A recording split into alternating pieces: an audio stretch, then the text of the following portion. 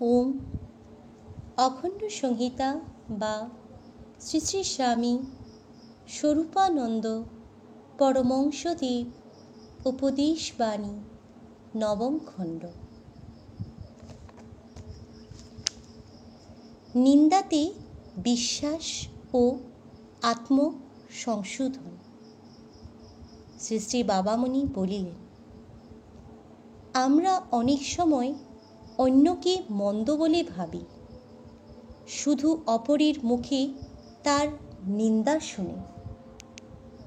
অন্যে কেউ মন্দও হতে পারে, ভালো হতে পারে, কিন্তু আমি নিজে যদি মন্দ না হই, তাহলে অপরকে মন্দ বলে বিশ্বাস করতে আমার প্রবৃত্তি হবে না। যারা নিজেরা ভালো, তারা জগতের সকলকে ভালো বলেই জ্ঞান করেন। অপরকে যখন মন্দ বলে ভাবতে আমরা রুচি হয়, তখনই বুঝতে হবে আমার নিজের ভিতরে মন্দ এসে বাসা বেঁধেছে।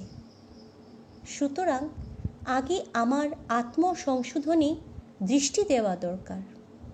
আর যারা আমার নিকটে পরনিন্দা করতে আসে, তাদের বন্ধু বলে জ্ঞান না করে নিকৃষ্টতম শত্রু বলে জ্ঞান করা উচিত। হরি ওম।